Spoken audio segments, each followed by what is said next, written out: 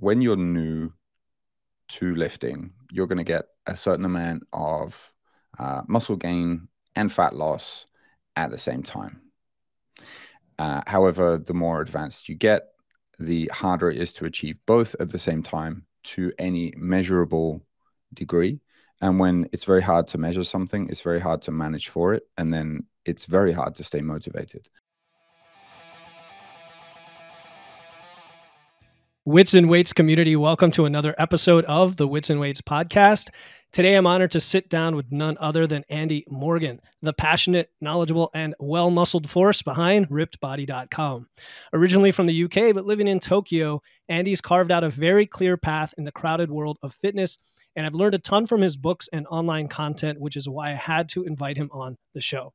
Today, you'll learn about Andy's experiences, his no-nonsense approach to fitness communication, and his thoughts on training, muscle building, and fat loss phases, and maybe some related topics like body fat percentage, scale weight fluctuations, and challenges during fat loss. Andy will also share his insights on the fitness industry using data and principles to get results. Andy Morgan is a fitness coach, author, and entrepreneur who has been helping people achieve their physique goals for over a decade. He works with busy working professional men who are recreational, physique-focused trainees, and he uses a simple but data-driven, effective approach with them. In addition to his website, RippedBody.com, he co-authored the hugely popular Muscle and Strength Pyramids and wrote the Diet Adjustments Manual for eliminating guesswork during cuts and bulks. What I really appreciate about his content is how he simplifies complex concepts, but uses data to back everything up while calling out the nonsense in the fitness industry with a healthy level of skepticism. Andy, it is a pleasure, man, to welcome you to the show.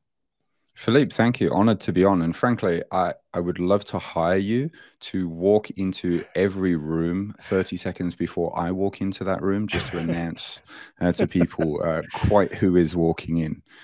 I didn't realize how important and special I am, and now I do. And, I've got all those warm, fuzzy feels. That's what I wanted, man. I wanted that warm, fuzzy feeling with you to really break the ice. And it's funny because we were talking about the intros to the podcast beforehand. Some people read them live, some people record them. And I learned years ago in trying to do speeches with people how important it was to introduce them live. And so I like to carry that spirit into a podcast. Yeah, you make a good point there. I'm currently on a break from my pod, but I think it works super well, and I'm going to switch to that style as well. Actually, there's a couple of things that I've picked up from listening to your podcast that I'm like, yeah, that works better. Really? Yes, absolutely. That's awesome, man.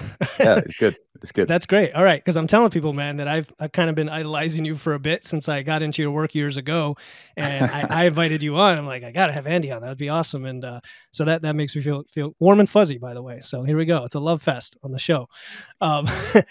All right. So speaking of, one of the things that appeals to me about you and how you communicate is you get right to the point.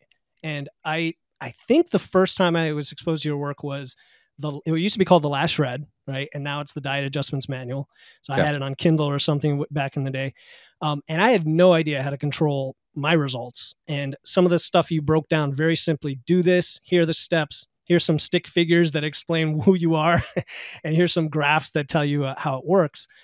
People overcomplicate things all the time, right? And that was refreshingly the opposite. So how did you get to this point and develop that unique style that you have?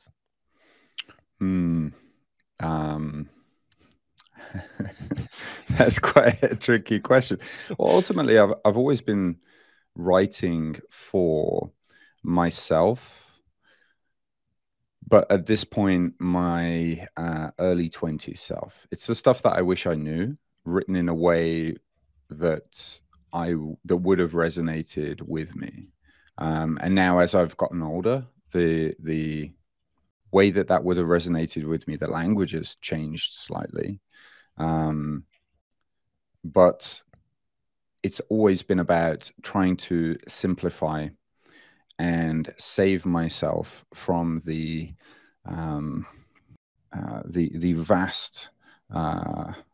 vast amounts of nonsense out there in the fitness industry. So I want people to stumble across the website and feel home. Wonderful. someone who's not just trying to trick me out of my money, someone who doesn't have a little supplement sell at the end.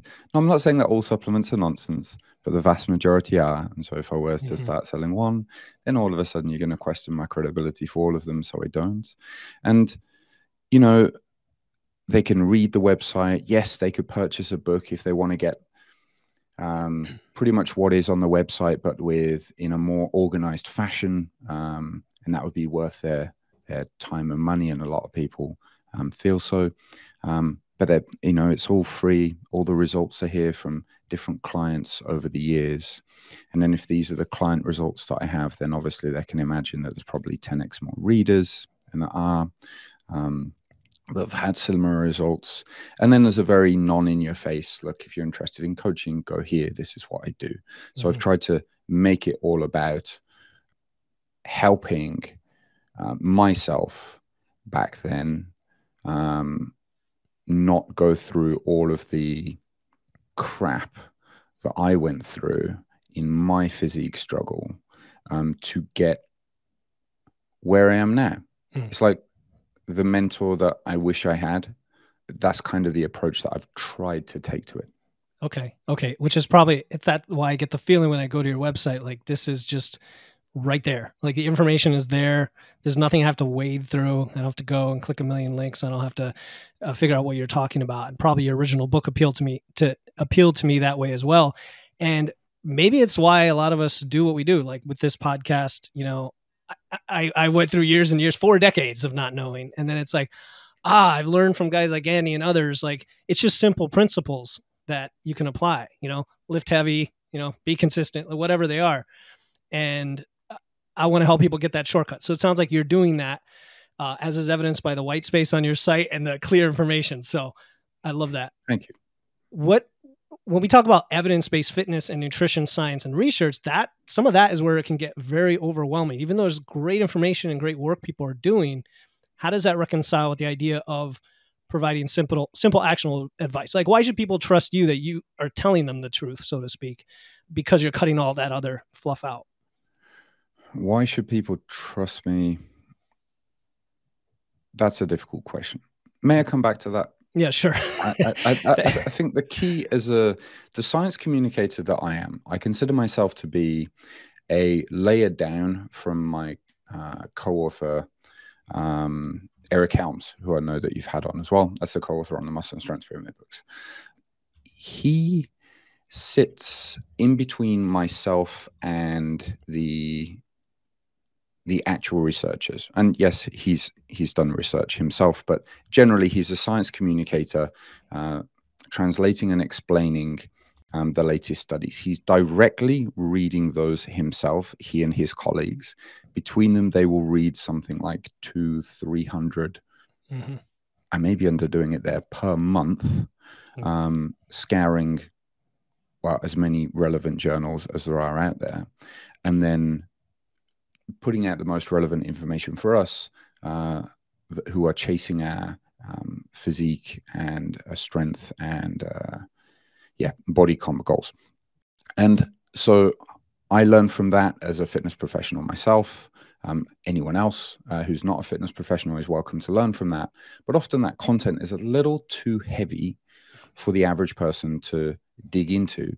And so I write for the person, I kind of serve as an intermediate layer, writing for, now it's, you know, I'm going to turn 40 this year. People my age, generally they're married with kids, they're getting well on in their careers, they're usually doing really well there. They have given their, you know, they give it all to their career and to their family. They've ended up letting their physical health slip. They're far from the prime that they had while they were in college, and they want to get that back, but they don't feel they have time, or they felt that they feel guilty about giving time to it. And when they have tried to give time to it, they've just kind of got sucked in by different fad diets or pills, potions, false promises of the fitness industry, and they tend to at some point, sadly, quit because they just get ripped off or tricked so much and think this isn't about me. Now, a certain portion of those who are left, they've kept on persevering. They come to my website, or those, or your podcast, or, you know, people like us, and they're like, okay, well, this is information that is simple enough for me to apply. It's just if this is your situation, do this, do this, do this, do this. A little bit of course, contextual language here, you know, explaining for different circumstances, but it's very much a how-to rather than too much of a science dump. And the way that I try to be, let's say, a little different is I try to help people understand the principles of nutrition and training and body comp, because it's mainly body comp. It's not so much on the powerlifting strength side, although they kind of go hand in hand, as you know. I try to help people to understand the frameworks that go behind the decisions that they can make, so that they're then free to make those decisions themselves, and they understand why a certain decision is the right decision for them at that time. So what do I mean by that? I'll give one quick example of a framework, and then one example of how to apply it. A framework might be the nutrition pyramid that Eric popularized, I think, in a 2013 video on YouTube, talking about how adherence is obviously the foundational layer of the pyramid. And then as you ascend up the pyramid, things get less and less important. So after adherence, you know, sticking to what you can actually do. Then we've got calorie balance. Then we've got macronutrient intake. Then micronutrients and water. After that, nutrient timing. This is your meal timing. And then after that, supplements. So this is a framework for thinking of the pyramid of importance. So if you're thinking about what supplements you should be taking, but ignoring calorie balance, well, this is getting, this is putting the cart before the horse. This is getting things out of order, and you're unlikely to get to where you want to go. Now, given that this is the pyramid of importance, at certain phases, at certain points in our life, we may decide to try to implement all layers of this pyramid in as rigorous and as optimal, quote unquote, optimal way as possible. However, there will come times, let's say you get married, have kids, have a really busy time at work, where you are just totally unable to then have the perfectly spaced 4 meals with your optimal morning training session after your perfectly timed 1 hour before protein shake, because otherwise you'd be training fasted. And, you know, you have to then know, okay, how far can I simplify things given my situation without really compromising my results, or by compromising my results by the minimal amount? Because when people don't know that, they get themselves into this all or nothing mentality, which is the key thing that I try to get clients to avoid. So I've been coaching now for over 12 years.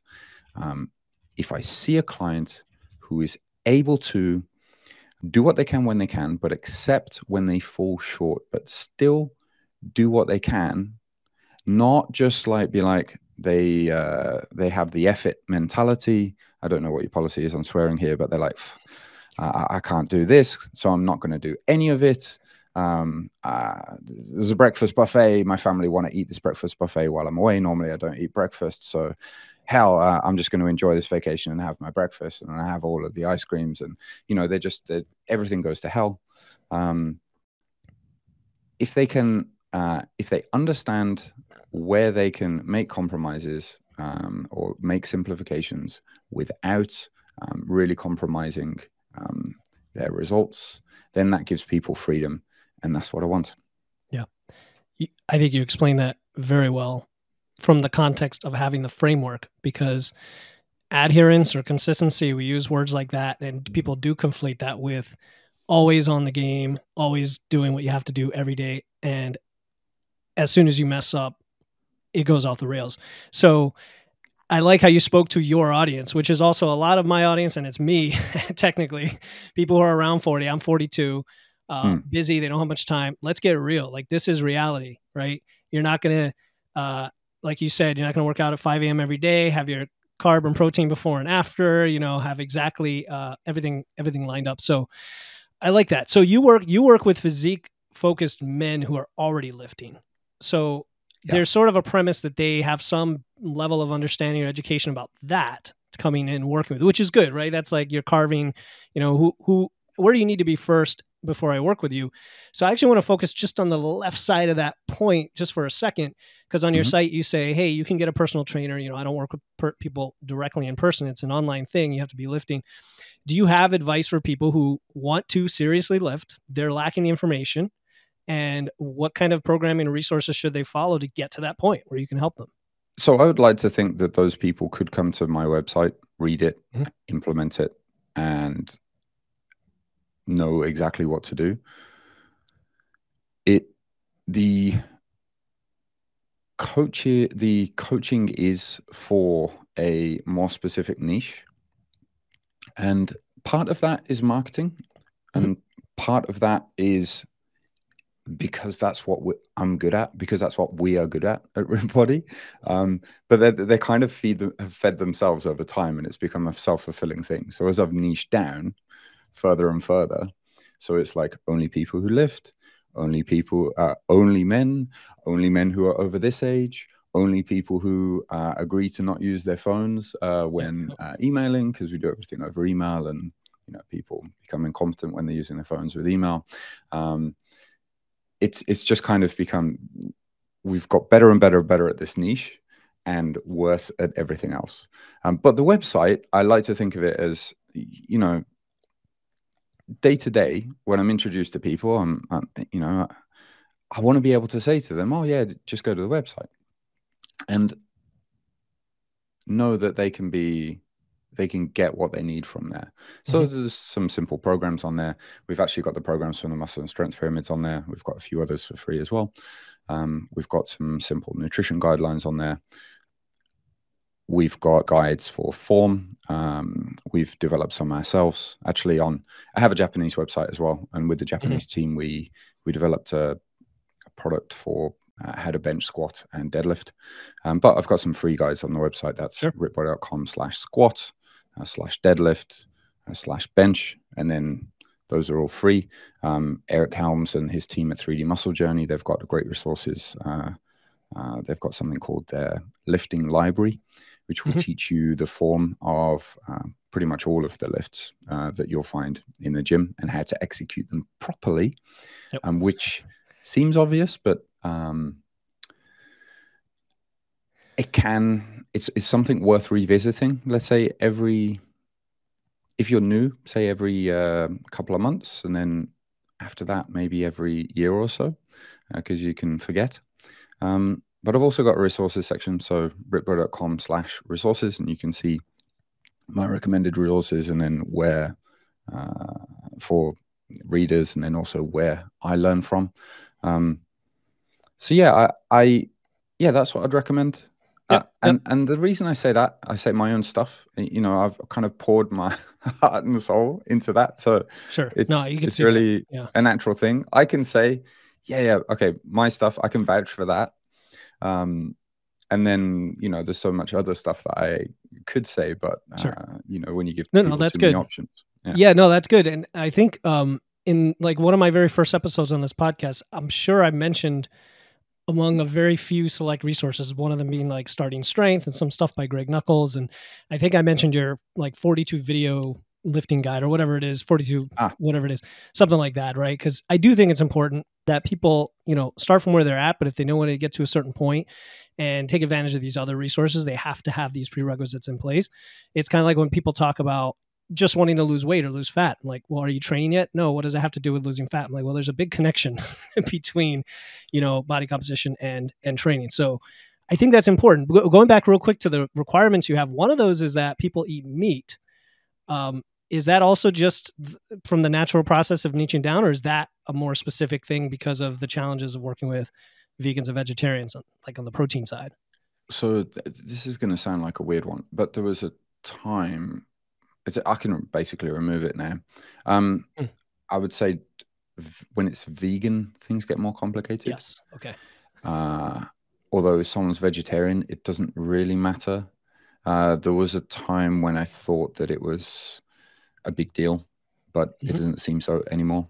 Whether someone's protein source is going to be animal versus plant-based, as long as they're eating a sufficient amount of protein in total, then well, we're pretty much good. Or the research seems to show that they're pretty much good. So yeah, I could take that away. There you go, man. So update this site. No, that's what I was wondering, because I've been interviewing guys and talking a lot about plant. I just talked to Eric Trexler too, because he's all plant-based and just really trying to understand that topic. And you're right, the more and more we find out, it is simple. Again, simple principles of just getting enough protein is the big part of the pyramid, right? The other stuff is gravy, as icing, if it's even necessary for other things like nutrients or heart health or whatever.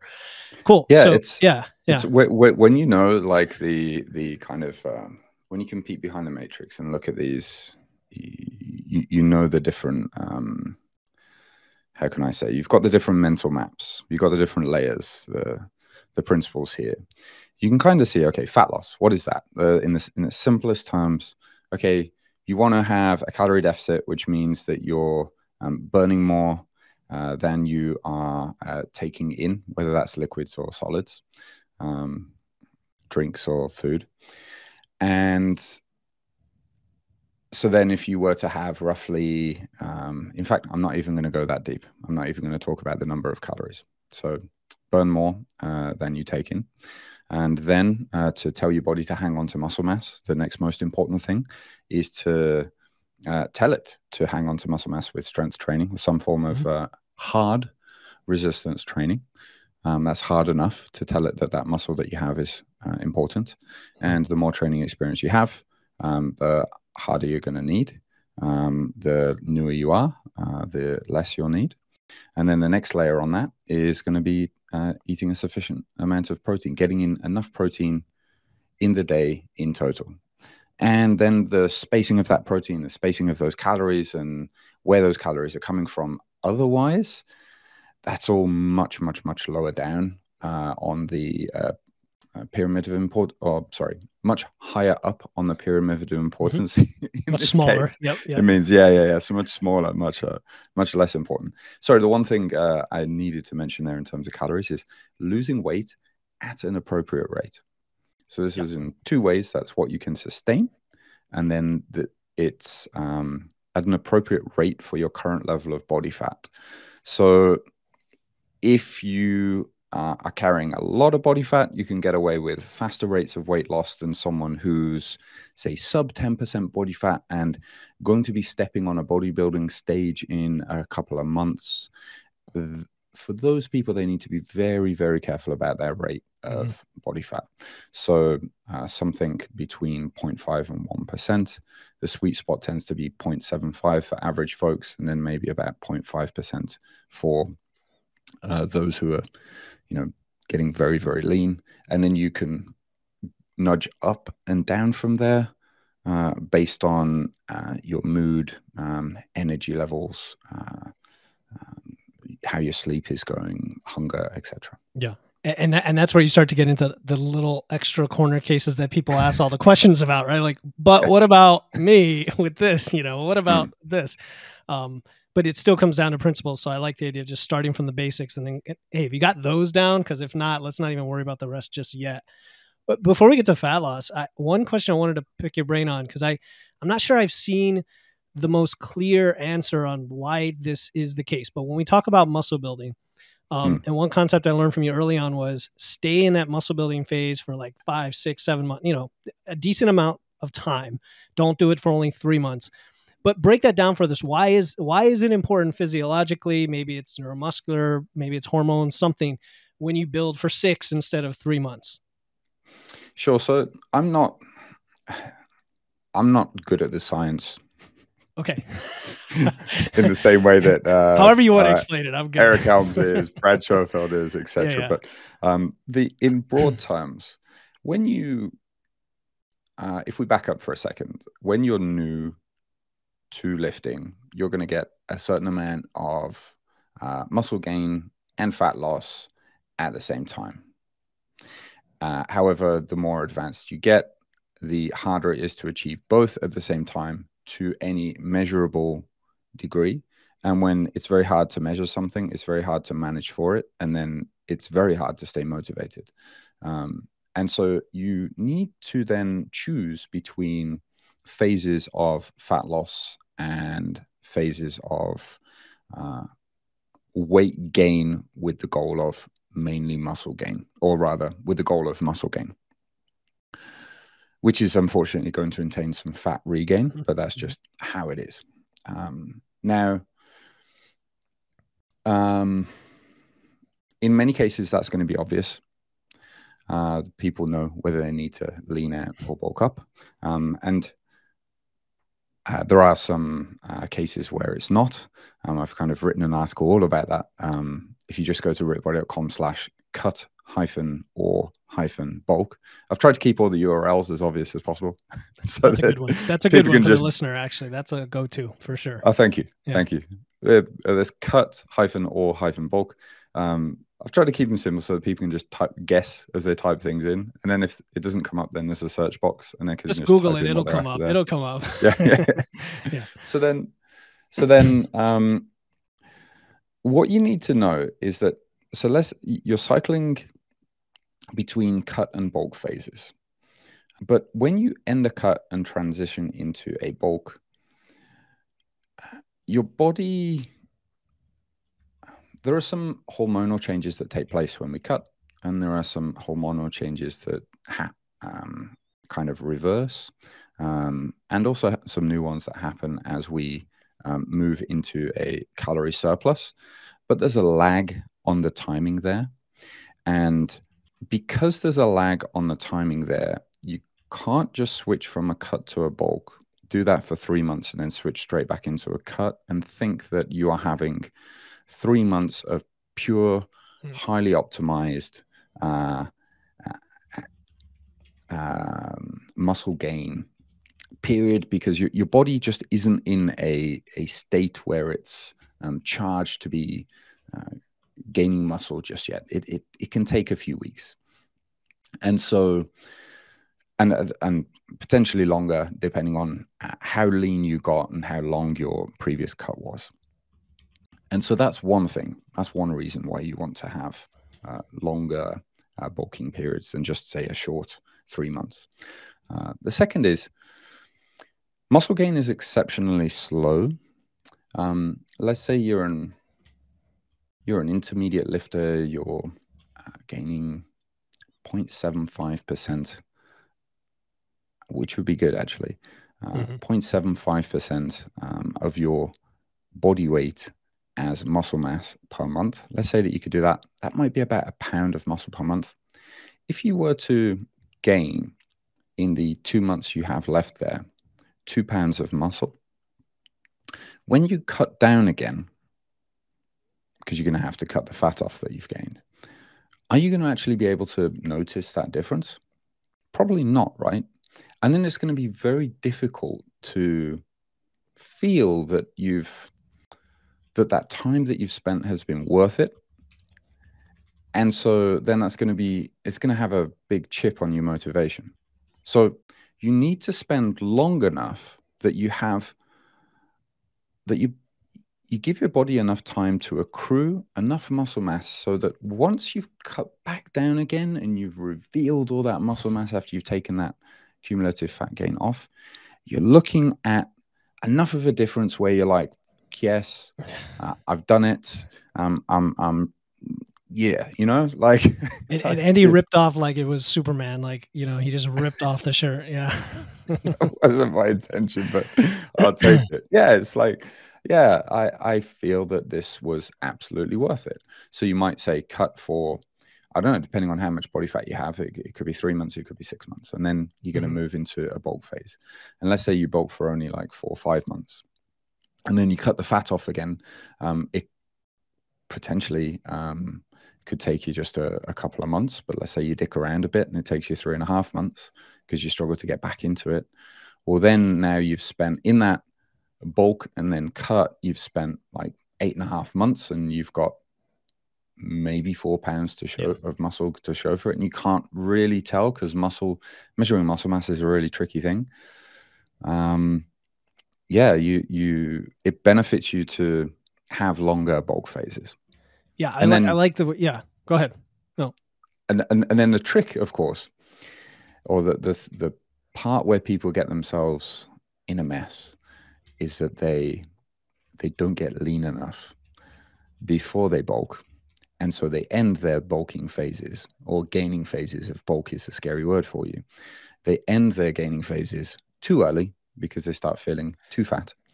And then, of course, they end up in that problem that I just said, where they don't feel actually made a meaningful difference. So very often, or rather, one good way of thinking of it is that the bulk cut phase should be spent at the extremes, at the point where you're feeling on the bulk end, the end of the bulk end, slightly too fluffy, and on the end of the cut phase, slightly too lean for your comfort.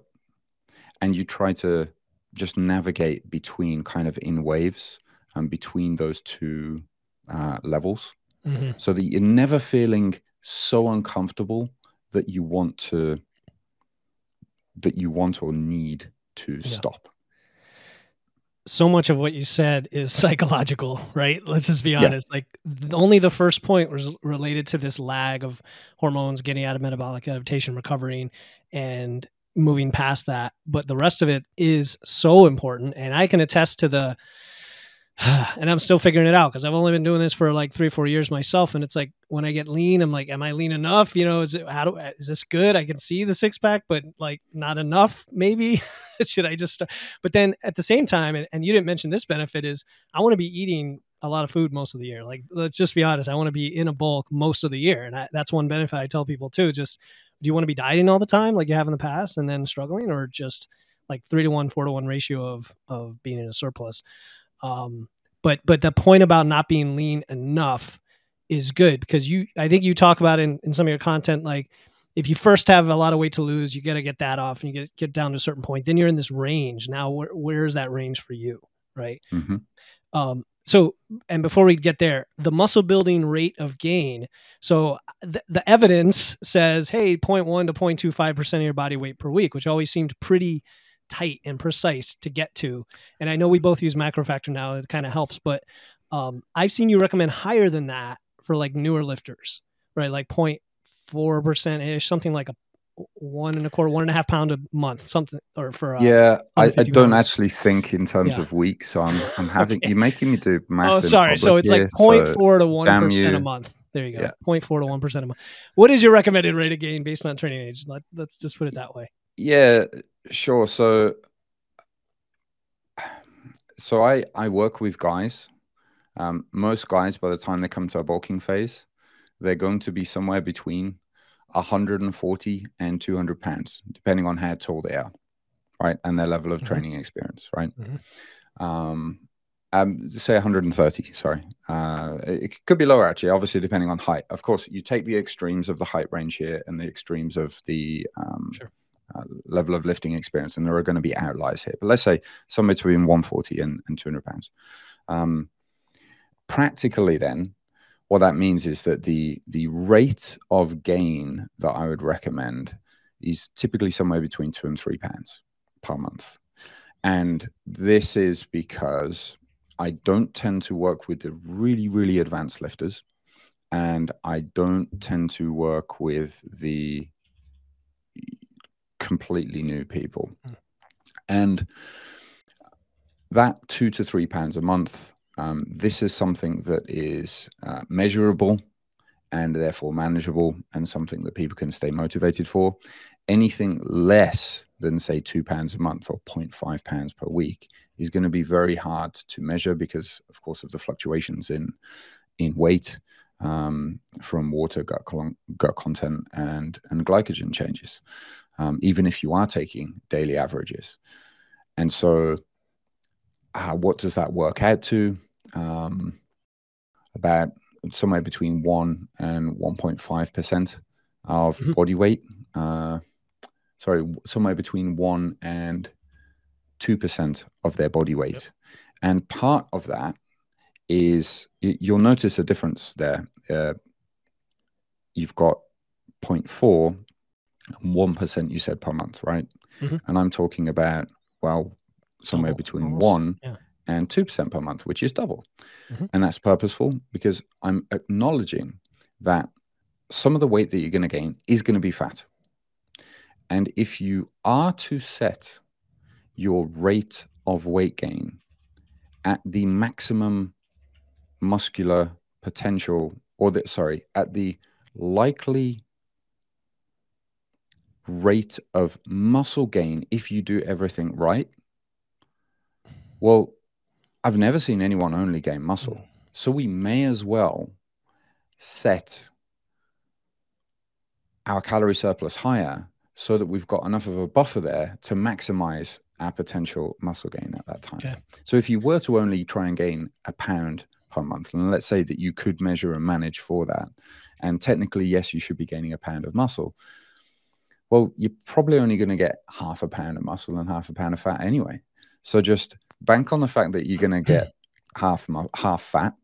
If you do everything right, at the best case, half of it's going to be fat anyway, and plan for that and accept that. Now, the thing to say to yourself is like, look, just before, you were saying, am I lean enough? Well, one way of thinking about this, if you are in that range of what I just said, and you can maybe take a third off of this if you're smaller or you're a female. Once you're at the point where you think you can bulk, ask yourself, over the next 6 to 7 months, if I were to gain 10 pounds of body fat and 20 to 25 pounds overall, would I be okay with that? And if the answer is no, you may need to get leaner. And of course, you need to modify those numbers down if you are a smaller person. But for the guys I work with, that works out as a fair heuristic. And for some of them, they would not feel comfortable. They can just look back at their photos, previously, or their measurements, and they know. So then they know they need to get leaner. And if they feel that they can, because their hunger, fatigue, their levels are manageable, their training is still going well enough, and their performance is still okay, then they'll continue with that. And the last thing, and then I'll shut up. The reason I say 25 pounds, even though I said 10 pounds of fat, and we were talking about a theoretical one-on-one. So the reason I said 25 and not 20 pounds there is because we're going to have anywhere from 2 to 5 pounds of water, gut content, and glycogen regain after overshoot. They finish their cut. Yeah, exactly. I love it, man. So this is again where it's like decision points. It's decision trees. At least the engineer in me enjoys that. Like if this, if this, this. If you're good gaining 25 pounds and 10 of that is fat, then you're lean enough, right? So my friend Carl, I hope he's listening. Actually, the episode with him just came out today, and he's bulking, and I think he can push it more. So listen to this right here, my man. And I might change my rate of gain in macro factor myself. Who knows? We'll see and really push it. So body fat percentage is another aspect of this, right? Because you talk a lot about using photos, which is I'll say objective. Like we call it subjective, but in reality, it's something you can see change over time. I mean, at least that's my opinion. You also talk about using the Navy calculator, which I found is pretty good for trends. My question is, should we care about body fat percentage, really? Like the number, should we care? And if so, why are most methods pretty much horribly inaccurate, and are photos still the way to go? Is that your recommendation? So I listened to your buddy, Carl. I listened to that episode. Part of it anyway. And so I disagree with him on this one. Okay. Because he mentioned, we got some. No, let's hear it. I don't like to call. I don't call out my guest. You know what I'm saying? No. I'm not No, I'm not knocking someone. One of the pitfalls of using a body fat percentage measurement device. Oh, the REMPO device. Oh, yeah. Oh, I could have called him out on that. I hear what you're saying. I assume so. Yeah. Bioelectrical impedance analysis. I assume Yeah, it was. Most of these home devices are. It's something where you step onto a scale. They've got some metal plates. It sends an electric current through your body, and it's not actually measuring body fat percentage. It's measuring the resistance of a current. It's then the impedance, and then based on some clever equations, it's then estimating your fat-free mass, and then based on your scale weight, it's then coming up with a number for an estimation of your body fat. Unfortunately, hydration status, how glycogen status, which is how many carbs we've eaten recently, and therefore how full our muscles are, how full our guts are with food, which is going to change not just whether we've just pooped or a lot or a little, but also the types of foods that we've had, because we don't eat, well, most people don't eat the same thing every day. And so you're going to have fluctuations in these readings. And so the problem is, not only are these machines that we have access to, not only are they inaccurate, but they aren't necessarily consistent with their readings either. And so you can be 2% down one day, 2% up in 2 weeks' time, despite feeling and seeing that your shorts are physically looser.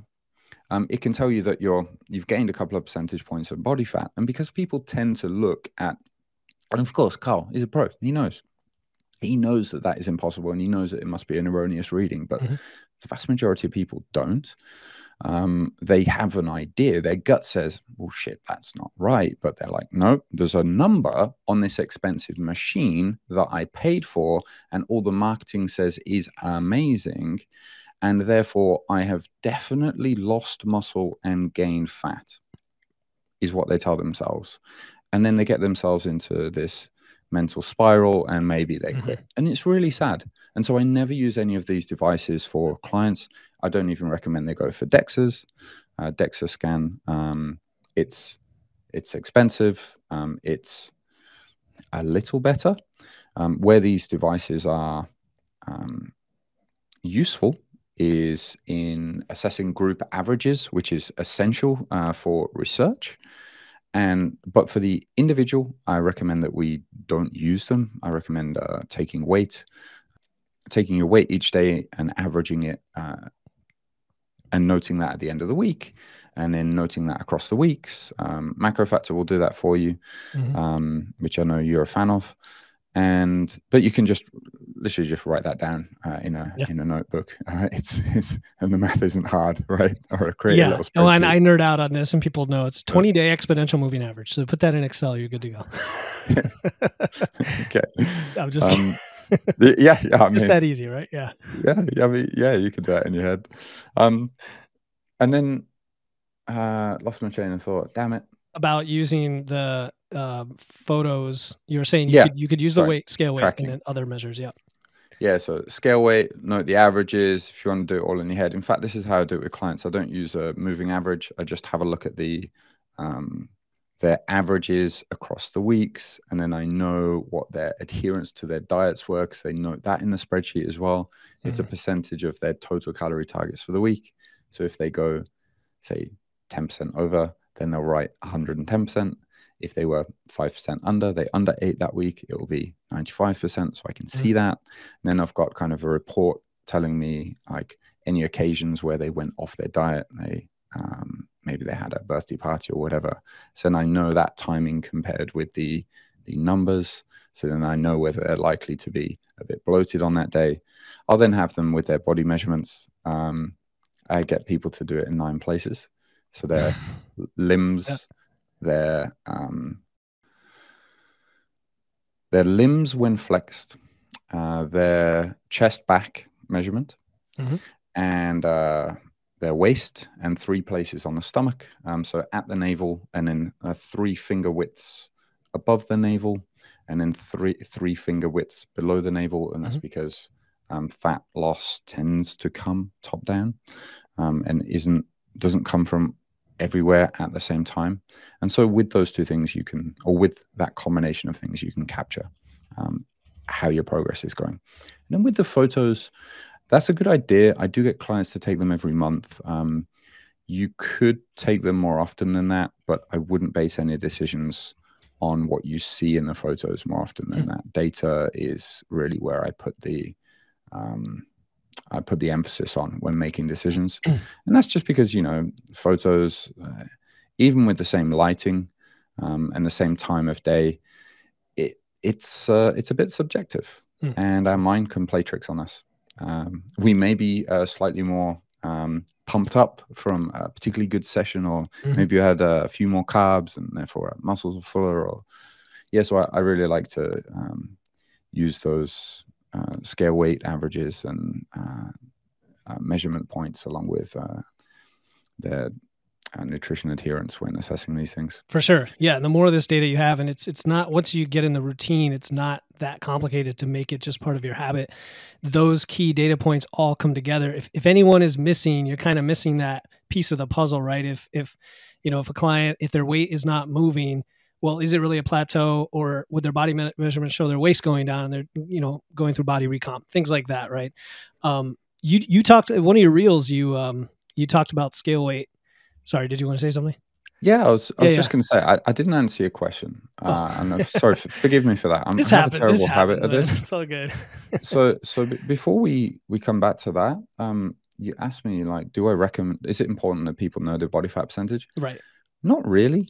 I think it's most important that directionally they know whether they're making progress towards their goal. But then, you know, you can give descriptions around whether someone should bulk or cut. And as part of those descriptions, it can be useful to give people an idea of what they might look like when they're considering bulking, when they should consider cutting. And so for that reason, I've got an article, I'll just call it my body fat guide. It's body fat percentage pictures, compare your body fat level. So rippedbody.com/body-fat-guide. And then I've got a collection of what 7 to 9% looks like, what 10 to 11% looks like, what 12 to 14% looks like, 15, 17% looks like. It's all men, unfortunately, because these are all client photos over the years. But I've got, I think there are, I don't know, something like 50 photos in here of clients, so you can see what it's going to look like on different people at different heights, right, at different body fat percentages. So then you can compare and get an idea for yourself. And I should caveat, this is all based on my eye. So I'm just kind of giving you an idea of what I think this is like, but hopefully that's helpful when you pair it with like the should I cut or bulk guide and that kind of thing. Sure. But in terms of assessing your progress, no, absolutely don't need to know it. Yeah, I just think it's a game that you can't win, and it's gonna lead to heartache. It's true. All right. Yeah. And those physique photos are helpful, especially when you have people of different body types at the same body fat percentage can look different. And so you kind of find, you know, where's my body type in there? And then you immediately realize how delusional you were about what body fat you thought you were. Yeah. So essentially, like the golden rule is you are fatter than you think. There you go. And when you finish your first cut, you will have lesser muscle mass than you thought. Sorry, I haven't met a single person ever that breaks those rules. So when you are in a cut, then let's good segue to this. There's conflicting information about certain things in a fat loss phase, like how to train, right? People think everything has to change in a fat loss phase dramatically. How to train, how do I use cardio? You know, people get complicated with nonlinear dieting strategies. I'm actually doing a training on refeed days, so I understand, like, that's one of those things, you know, most people don't need them, but some people will. What are some, I guess, questions or misconceptions that come up for you often during fat loss that people could really benefit hearing your perspective on? It could be hunger, it could be psychological stress, whatever comes to mind. Well, so people talk a lot of shit on the internet. and in podcasts. And surprise, surprise, right? And so then the questions that I get are highly varied. So instead of answering your question, Okay. That's right, good. I'm instead going to change this as, what do I recommend that someone does? Would that be all Okay. right? Sure. Go for it, please. Okay, so how should someone think about training? Well, you have fewer calories coming in, so your body has far less potential to create muscle while you are now in this calorie deficit. It's compromised. You risk going into a recovery deficit. So you can keep your training program that you used when you were bulking, but you need to be mindful that as you progress into your cut, you may start to feel unusually high levels of soreness. Your joints may start to get crankier than normal. You may start to, well, you probably will start to plateau and then potentially regress with your lifts. And when any one of those things happen, you could consider just tapering back the training volume a little. Now, you can do this on an individual lift basis, or you could do this globally. I think you should consider a mix of both of these. So let's say that you've worked up to, I don't know, 5 sets of bench twice a week when you were bulking, and that was working really well. But as you are cutting, you now find yourself struggling. You find that your shoulders have started to get cranky, even though you haven't changed your form at all. You might consider for that exercise to reduce the number of sets that you do to 4 per session, so 8 per week. Again, this is just an example. And then the crankiness might resolve, and you may be able to maintain your strength better there. Now, let's say that you start to feel really tired. It's getting a drag, getting out of bed. You're kind of dreading going to the gym. You're sore everywhere. Well, in that case, you might consider just globally reducing volume everywhere. Not necessarily everywhere, but you might consider lopping off a set or 2 per movement per week. Actually, let's make it even simpler. You may consider slashing 1 set from each of your exercises, barring perhaps the isolation work. So your main compound movements in each session. That would just be one very simple way of going about it. This is the basis of how I tend to think about these things. The training program itself does not need to radically change from a cut to a bulk phase, because what your body needs hasn't really changed. You need to tell it to hold on to that muscle mass. And that signal to hold on to the muscle mass when you're in a calorie surplus is the same signal to grow. It's just the what you're fueling your body with, the amount is different, so it can't. And then when it comes to cardio, I would just say that is one way of addressing calorie balance. It tends to be a fairly inefficient method for doing so. And it's something that should be used sparingly, because it's much easier to control your mouth than it is to it's much easier to not have the 400 calorie frappuccino than it is to spend 50 minutes running for the equivalent energy burn. If you're lucky, might be more than that. So while you can add cardio in, do it sparingly. And one thing, I know that you're a fan of this as well, or I believe you're a fan of this as well. It's just keeping up a minimum step count if you can as you cut, just so that your overall energy expenditure is kind of maintained. Because when we are in a calorie deficit, we're in an energy deficit, we tend to get lazier. We're not necessarily aware of it. Our step counts can plummet and then that can force us to reduce food even further and further. So by purposefully keeping your step count up, it can really help make the diet more manageable, because you're able to continue to eat more as the diet progresses. Yep. Yeah, for sure. I mean, some people don't realize how much of an impact that can have, and it happens pretty quickly. At least I've seen with some clients how just upping that step count within a week, you start to see a response.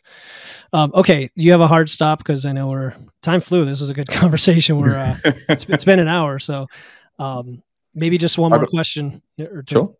Yeah, sure. I wanted to ask you, what are you most proud of in your coaching career? I like to think the website is a good thing. I'm proud of the website because there are many ways that I could have sold out to have many millions of dollars in the bank, but I chose not to, because I wanted to do a good thing. And that's important to me. I want people to stumble across it and, just feel grateful for it, and to be one of the voices in the industry that, or one of the few people in our corner of the industry that's, really doing right by people. Now, don't get me wrong, there are plenty of people that are good in this industry. It's just that the charlatans, the bad ones, they tend to stick out, right? Just because of how the algorithms work. So I think if I think about my career generally, it's probably just the website and trying to put out good quality information and not cluttering it up, and then the impact that has, because while I'm sleeping, that is positively impacting many people's lives and continues to do so. So it's not really about who I've worked with or what I've done while working with people. It's about what the website is able to do. And then as a product of that, a small percentage of people decide to click the coaching page, read through, decide that it's for them, and then start a conversation and maybe hire me. And it's been a pleasure and honor to work with so many people. So it's all of that combined, really. I love that answer, right? Because if you just said the website, right, people want to know more, because it's just this thing out there that you've built, right? But it reminds me of a science fiction book I read years ago where humanity was going to collapse, and they had to figure out how to encode all of our knowledge. And they're like, what's the one medium we can put it in? And it was stone, like carving on stone and putting it on Pluto or something, right? And a website, as mundane as it sounds, like you've put your heart and soul into it, and there's a level of integrity there. You said you want people to feel grateful, and I'm sure they thank you all the time, and I do as well. So you've been making that impact. Love that answer. It's not that I want people to feel grateful. I know that's not what you meant, but that's what I wrote on my notes that you said. I probably miswrote it. Sorry. No, I want people to feel that this is something that they can trust.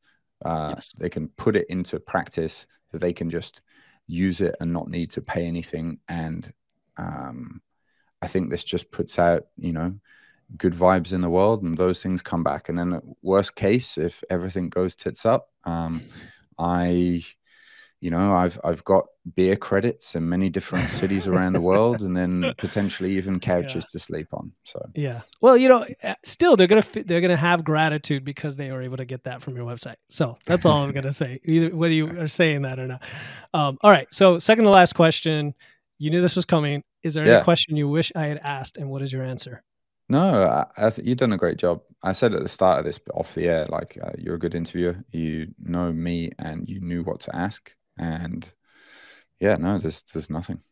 Cool. Appreciate it. That's a good enough answer for me. Where do you want listeners to find your work? In case we didn't talk about your website enough, right? Yeah, sorry about that. Yeah. No, I don't mean that as a dig at all. I'm just saying people should know by now. Ripbody.com. But is there anywhere else? Exactly. That's it. If you want to follow along on Instagram, it's Andy_ripped body. But the detailed stuff, it's all on the website. The Instagram is some short reels. I try to put the detailed information I have on the site into short reel form, but it's really tricky, and I much prefer writing. And then in the stories, it's more just kind of like life in Japan and kind of what I do day to day here. So, yeah. Yeah. No, the reels are good because they're just, how to. Every day it's like a how to, right? You had one recently about weight fluctuations and how to experiment on yourself to see how much it fluctuates, right? Like eat this way, see how much it fluctuates. Weigh yourself like before and after bed, see how much it fluctuates. So good stuff like that. All right, website, IG, I'm going to add all the links, of course, in the show notes. I appreciate everything. I appreciate your time and also listening to my show at a time. That's an honor to me. It was cool to have you on, so thank you.